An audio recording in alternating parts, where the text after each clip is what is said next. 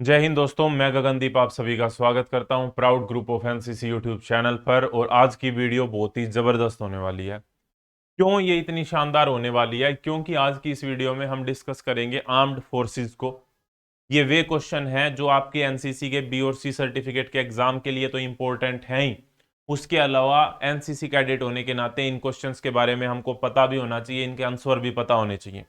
और ये वे क्वेश्चन है जो आपके एग्जाम में रिपीटेडली यानी कि बार बार आपके एग्जाम में पूछे जाते हैं। बहुत सारी चीजें आज की इस वीडियो में आपको जानने को मिलेंगी। तो चलिए स्टार्ट करते हैं। सबसे पहला जो आज की क्लास का क्वेश्चन है वो है हमारा खालिस्तान भरने से रिलेटेड। और यहां पे है कि कारगिल का जो युद्ध हुआ था उसमें भारतीय सेना को कितने परमवीर चक्कर मिले थे। तो कारगिल का जो युद्ध हुआ था उसमें भारतीय सेना को टोटल 4 परमवीर चक्कर मिले थे। इसके बारे में हम सीख लेते हैं कि पीवीसी परमवीर चक्कर पूछा जाता है कि पीवीसी की फुल फॉर्म बताओ। तो पीवीसी की जो फुल फॉर्म है वो है परमवीर चक्कर। ये भारतीय सेना का हाईएस्ट गैलेंट्री अवार्ड होता है। गैलेंट्री अवार्ड का क्या मतलब कि जो साहस के लिए दिया जाता है युद्ध के दौरान मेनली, उसको हम परमवीर चक्कर बोलते हैं। वैसे अगर सिविलियन अवार्ड पूछा जाए कि यानी कि नागरिकों के लिए पुरस्कार पूछा जाए तो वो सबसे बड़ा है भारत रत्न। लेकिन अगर युद्ध के समय या साहस के लिए जो पूछा जाता है तो वो हमारा क्या होता है, परमवीर चक्कर होता है। परमवीर चक्कर टोटल 21 अब तक मिल चुके हैं। सबसे पहला जो परमवीर चक्कर मिला था वो मिला था मेजर सोमनाथ शर्मा जी को। मेजर सोमनाथ शर्मा जी को जो है सबसे पहला परमवीर चक्कर मिला था। ये क्वेश्चन भी आपके एग्जाम में कई बार पूछा गया है। और लेटेस्ट जो मिले थे वो मिले थे 1999 यानी कि 1999 में जो कारगिल वॉर हुआ था उसमें 4 परमवीर चक्कर मिले थे। और 4 परमवीर चक्कर विजेताओं के नाम आपके सामने है। कैप्टन विक्रम बत्रा जी, कैप्टन मनोज कुमार पांडे, नायब सूबेदार योगेंद्र सिंह यादव और राइफलमैन संजय कुमार। ये 4 परमवीर चक्कर मिले थे 1999 के कारगिल युद्ध में। तो ये इंपॉर्टेंट बात है, आपको पता होनी चाहिए। नेक्स्ट क्वेश्चन देखो यहाँ पे कि भारत की तीनों सेनाओं के सर्वोच्च सेनापति कौन होते हैं। तो भारत की 3 सेनाएं आपको पता है, आर्मी, नेवी और एयरफोर्स। और इनके जो सुप्रीम कमांडर होते हैं वो राष्ट्रपति होते हैं। और राष्ट्रपति अभी के लिए कौन है? श्री रामनाथ कोविंद जी। अगर आप बाद में देख रहे हैं तो आप अपने हिसाब से इसको अपडेट कर लेना। नेक्स्ट क्वेश्चन, एक इन्फेंट्री प्लाटून में कितने सेक्शन और कितने जवान होते हैं। तो एक इन्फेंट्री जो प्लाटून होती है उसके अंदर 3 सेक्शन होते हैं और 30 जवान होते हैं। ठीक है, 3 सेक्शन होते हैं, 30 जवान होते हैं। क्वेश्चन ये आपके एग्जाम में पूछा जाता है कि एक सेक्शन के अंदर कितने जवान होते हैं। एक सेक्शन में कितने जवान होते हैं? तो एक सेक्शन में 10 जवान होते हैं। ये बात आपको पता होनी चाहिए। एक सेक्शन में कितने जवान होते हैं? एक सेक्शन में 10 जवान होते हैं। सेक्शन फॉर्मेशन कितने प्रकार की होती है? तो सेक्शन फॉर्मेशन 6 प्रकार की होती है। ठीक है, अगर आपको पता है तो कमेंट बॉक्स में लिखे हुए सेक्शन फॉर्मेशन कौन सी होती हैं, 6 के 6 प्रकार की। नेक्स्ट है यहाँ पे एनडीए पूछ रखी है कि एनडीए कहाँ पे स्थित है। एनडीए की फुल फॉर्म होती है नेशनल डिफेंस एकेडमी यानी कि राष्ट्रीय रक्षा अकादमी। और ये खड़गवासला पुणे में स्थित है। एनडीए आपको पता है कि 12th में या फिर आप 12th अपियरिंग में हैं या फिर 12th आप कर चुके हैं तो आप एनडीए का एग्जाम देते हैं, नेशनल डिफेंस एकेडमी का एग्जाम देते हैं।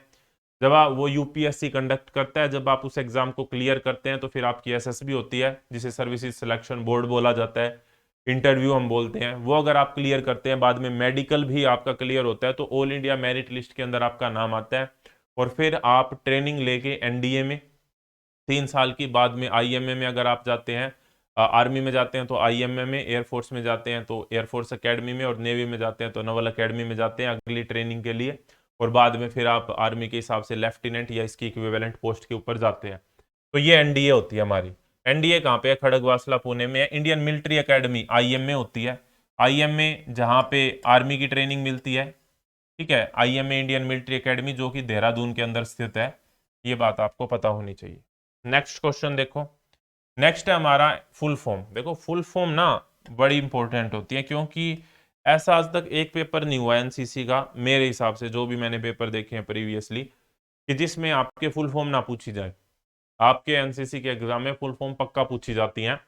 कम से कम 5 फुल फॉर्म तो आपके एग्जाम में पूछी जाती हैं। नॉर्मली 20-30 तक भी पूछी जा सकती हैं, क्योंकि 5 इसमें पूछ ली, 5 हथियारों से रिलेटेड पूछ लेंगे, 5 किसी नेशनल इंटीग्रेशन से रिलेटेड पूछ लेंगे, तो पूछी जाती है फुल फॉर्म। एसएम क्या होता है आपका? एसएम होता है सेना मेडल। नेक्स्ट है आरएचएम। आरएचएम होता है रेजिमेंटल हवलदार मेजर।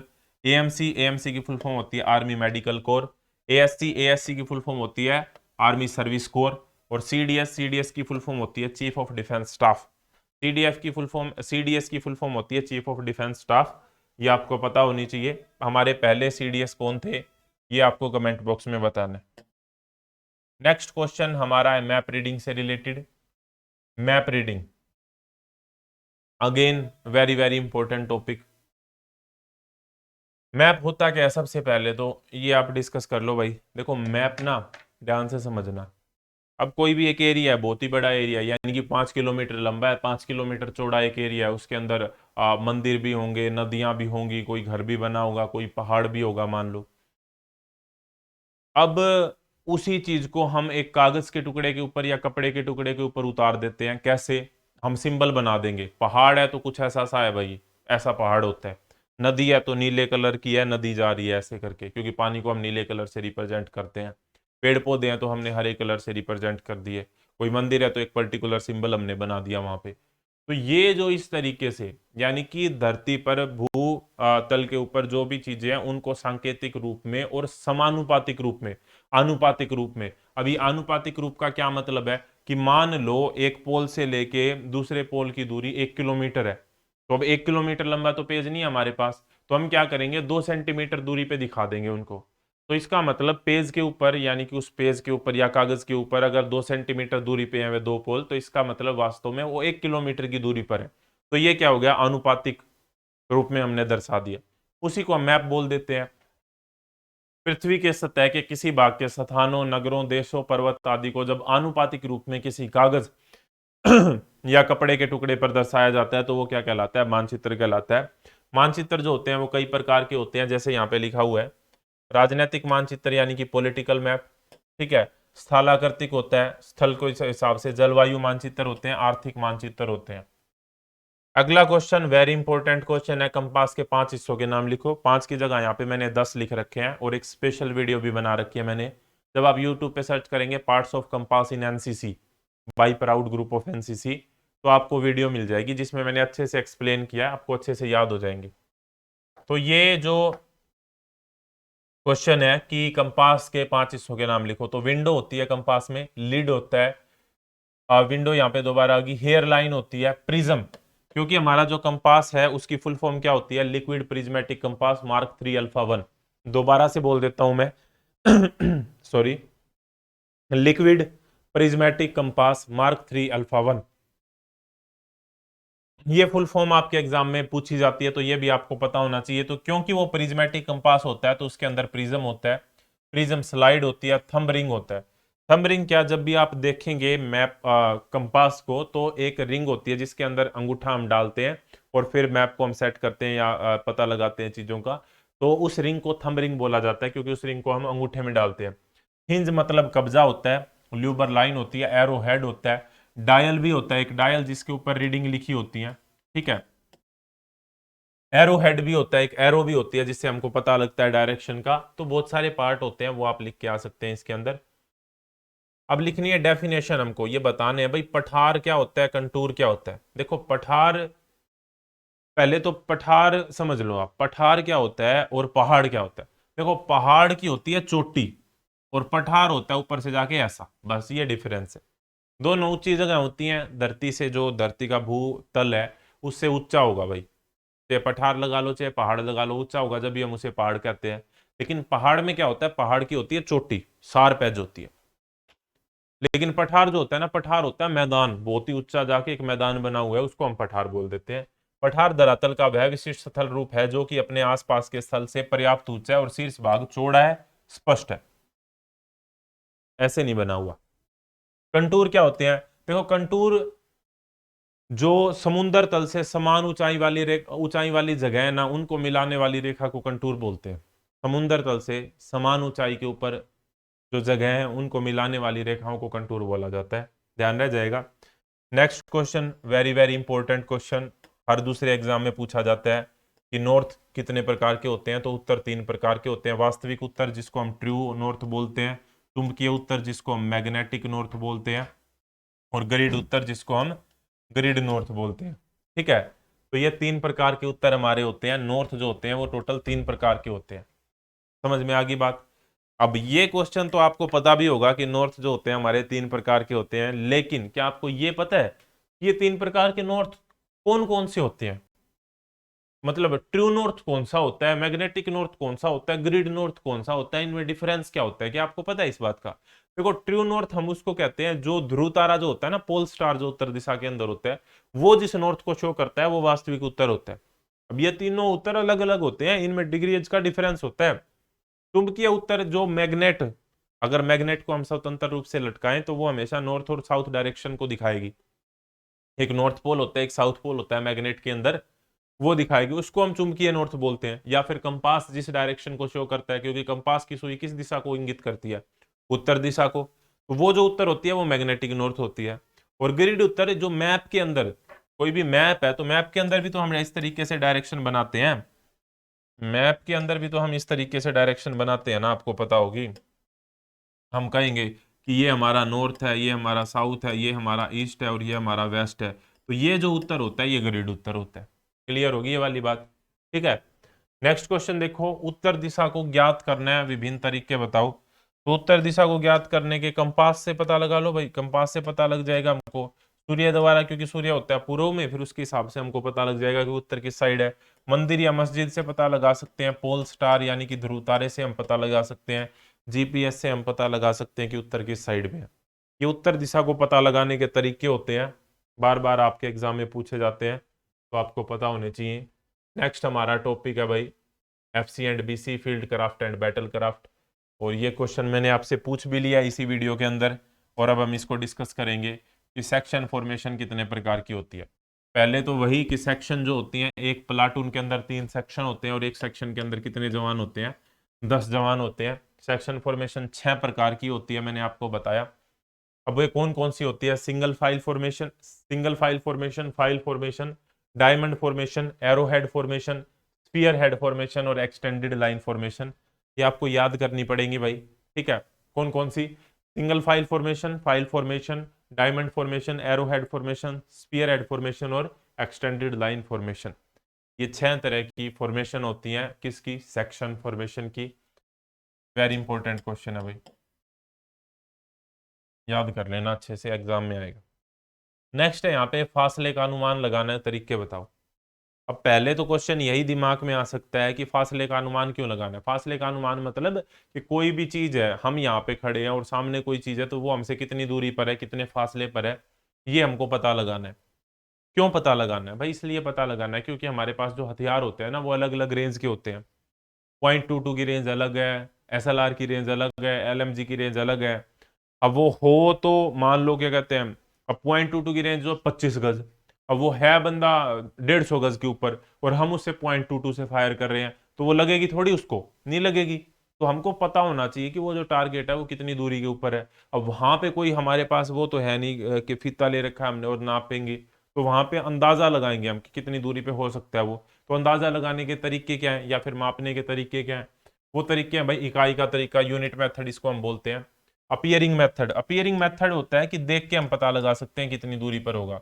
ब्रैकेटिंग मेथड होता है सेक्शन की औसत, यानी कि हमारे जो 10 जवान हैं, हम क्या करेंगे, सभी से पूछ लेंगे, फिर सभी की एवरेज ले लेंगे। ठीक है, की रेंज मेथड होता है। और हाविंग मेथड होता है। हाविंग मेथड का मतलब, इसकी स्पेलिंग ये होती है HALVING, यानी कि हाफ का जब करते हैं ना, हाफ का, तो हाफ वाले में क्या होगा कि मान लो हमको ये पता है कि ए से लेके बी की दूरी हमको पता लगानी है। हाँ, यहाँ पे हम है, यहाँ पे हमारा टारगेट है भाई। ठीक है, लेकिन हमको बी की दूरी नहीं पता, लेकिन एक बीच में पॉइंट है पी के नाम से, इसकी दूरी पता है। हमको ये पता है कि यहाँ से यहाँ की दूरी इसकी 100 मीटर है, तो बस हम पता लगा लेंगे, क्योंकि यहाँ से यहाँ की दूरी 100 मीटर है और ये बिल्कुल बीच में है। इसका मतलब यहाँ से यहाँ की दूरी भी कितनी होगी? 100 मीटर होगी। और इन दोनों के बीच की दूरी यहाँ पे 100 है, यहाँ पे 100 है, तो ये टोटल दूरी कितनी हो जाएगी? 200 मीटर। इसको हम हाविंग मेथड बोलते हैं, यानी कि हाफ विंग मेथड बोलते हैं एक तरीके से। नेक्स्ट क्वेश्चन की तरफ हम बढ़े भाई। असल में फासला कम और ज्यादा कब दिखाई देता है? ये क्वेश्चन आपको करना है कमेंट बॉक्स में। ये क्वेश्चन देखो भाई, पैदल सेना के हथियार और उपकरण। क्वेश्चन पूछ रखा है, नाम से पता लग रहा है वैसे तो, क्वेश्चन पूछ रहा है कि 5.56 mm इंसास राइफल कौन से देश का बना है? तो भारत देश का बना है। क्यों? क्योंकि इंसास की फुल फॉर्म क्या होती है? इंसास की फुल फॉर्म क्या होती है? इंसास की फुल फॉर्म होती है Indian new small arm system. New लगाना है तो ठीक है, नहीं तो वैसे भी काम चल जाएगा। मैं लिख देता हूं, जिनको नहीं पता उनके लिए, Indian new small arms system. ये क्या होती है? इंसास की फुल फॉर्म होती है। ये क्वेश्चन आपके एग्जाम में पूछा जा सकता है, तो आपको ध्यान रखना है। इंसास की फुल फॉर्म बताओ, तो Indian new small arm system. अब नाम में ही इंडियन आ गया, तो ये कौन से देश की बनी है? ऑब्वियसली भारत देश की बनी है। ये बात आप कर दोगे। अब एक क्वेश्चन ये पूछ लिया जाता है कि बताओ कि 5.56 इंसास राइफल का कैलिबर कितना होता है, या फिर कुतर बोल देते हैं। कैलिबर, कैलिबर या फिर कुतर कितना होता है, ये आपको बताना है।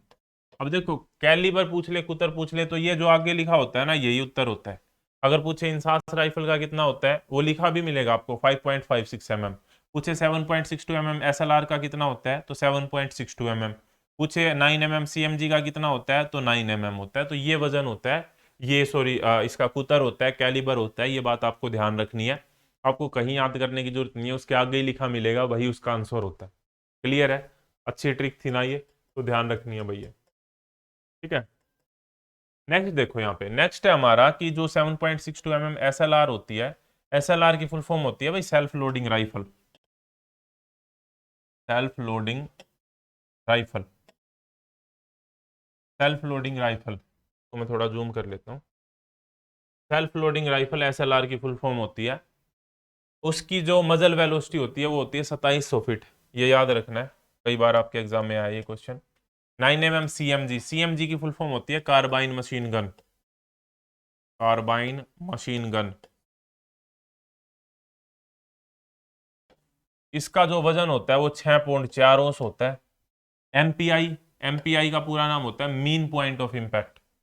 Mean point of impact, again very important. 7.62 LMG की कारगर रेंज 500 गज होती है। एलएमजी की फुल फॉर्म होती है light machine gun. Light machine gun, जैसे सीएमजी की कार्बाइन मशीन गन है ना, यहाँ पे एलएमजी की हो तो लाइट लिख देना, लाइट मशीन गन हो जाए। नेक्स्ट क्वेश्चन नंबर 50 पूछ रखा है भाई, इन्फेंट्री के अंदर कौन कौन से हथियार यूज किए जाते हैं। तो यही जो ऊपर वाले हथियार है ना, यही होते हैं। ठीक है, लिखाना, ये कोई दिक्कत वाली बात नहीं है, मिल जाएंगे, पूरे नंबर मिल जाएंगे। अच्छा भाई, नेक्स्ट क्वेश्चन है सेकंड वर्ल्ड वॉर। तो ये बेसिक क्वेश्चन है भाई, आपको पता होने चाहिए।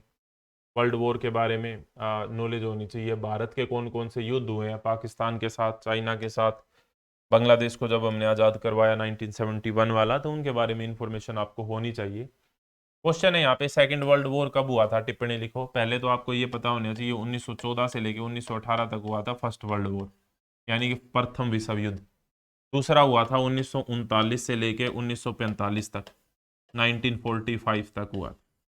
ठीक है, और इसी के बाद में जो है यूएन बना था 1945 में, यानी कि यूनाइटेड नेशन, यूएनओ जिसको हम बोलते हैं, यूनाइटेड नेशन ऑर्गेनाइजेशन। 45, सॉरी ये 45 है भाई। ठीक है, 45 में।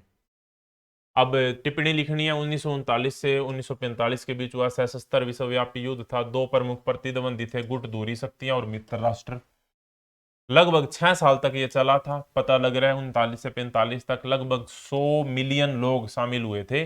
50 मिलियन लोग मारे गए, आधी जनसंख्या मर गई थी भाई। ठीक है, बहुत लोग मरे थे यहाँ पे, मतलब जो पार्टिसिपेट किया था उनमें से आधे लगभग मर गए थे। ये बात आपको ध्यान रखनी है, बहुत ज्यादा लोग मरे थे। कम्युनिकेशन, संचार व्यवस्था, क्वेश्चन है संचार व्यवस्था से रिलेटेड।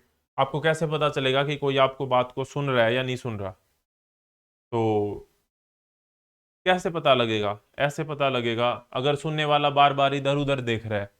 अब मान लो अगर हमारी फिजिकल क्लास होती है, यानी कि आप हमारे सामने बैठे होते हो, मैं आपको पढ़ा रहा हूँ, आप इधर उधर देख रहे हैं, तो मेरे को पता लग जाएगा आपका ध्यान नहीं है, इसका मतलब आप नहीं सुन रहे। कोई उबासी ले रहा हो, उससे पता लगता है। अगर नींद आ रही है तो बात अलग है, अदरवाइज कोई उबासी ले रहा है तो इसका मतलब क्या हुआ कि वह व्यक्ति ध्यान नहीं दे रहा बात पे। अगर वह एक भी पर्सन ना पूछ रहा हो, या फिर जरूरत से ज्यादा पर्सन पूछ रहा है, कोई एक भी पर्सन नहीं पूछ रहा, तो इसका ये मतलब है कि उसको सब कुछ आता है, और उसको सब कुछ आता है तो वो पढ़ क्यों रहा है। ठीक है, और अगर वो बहुत ही ज्यादा क्वेश्चन पूछ रहा है, बहुत ही ज्यादा मिनट मिनट में क्वेश्चन पूछ रहा है, इसका मतलब तो उसको कुछ समझ में आ ही नहीं रहा। ठीक है, एक दो क्वेश्चन तो पूछता रहे तो ठीक है यहाँ पे। उसके बैठने के तरीके को देखकर कैसे बैठ रहा है, उसको बोलते हैं हम उसकी बॉडी लैंग्वेज। बॉडी लैंग्वेज को देख के पता लग जाता है कि व्यक्ति कितना इंटरेस्टेड है पढ़ने में या फिर सुनने में। हाव भाव को देखकर, बात करने के तरीके से, उसके आचरण से हम पता लगा सकते हैं कि वह व्यक्ति बात को सुन रहा है या नहीं सुन रहा है। नेक्स्ट है कम्युनिकेशन कितने प्रकार की होती है। तो कम्युनिकेशन मुख्यतः 4 प्रकार की होती है। रिटन यानी कि लिख के हम कम्युनिकेट करें, लिख के मैं बता दूं आपको कोई चीज, मौखिक बोल के बता दूं, सांकेतिक नॉन वर्बल जो होती है, और दृश्य संचार विजुअल जो होती है। तो ये टोटल 4 प्रकार की कम्युनिकेशन होती है। तो ये थे भाई इंपॉर्टेंट क्वेश्चन। हमने पूरे का पूरा पेपर यहाँ पे डिस्कस किया जो आपके एग्जाम पॉइंट ऑफ व्यू से वेरी वेरी इंपॉर्टेंट है, जिसमें से बहुत सारे क्वेश्चन आपको एग्जाम में देखने को मिलेंगे। इसकी पीडीएफ टेलीग्राम चैनल पे मिल जाएगी, सर्च करें प्राउड ग्रुप ऑफ एनसीसी, वहाँ पे फ्री ऑफ कॉस्ट आप इसकी पीडीएफ को डाउनलोड कर सकते हैं। अच्छा करना एग्जाम में, वीडियो को दोस्तों के साथ शेयर करना, चैनल को सब्सक्राइब जरूर कर देना, ताकि बाकी जो वीडियो आए, बाकी कोई इंपॉर्टेंट इन्फॉर्मेशन अगर मिलती है तो वो मैं आपको प्रोवाइड करूं और आपको इजीली मिल जाए वो। इस तरह की और वीडियो के लिए जुड़े रहिए proud group of NCC YouTube channel के साथ। नेक्स्ट वीडियो तक जय हिंद, जय Bharat. Thank you very much.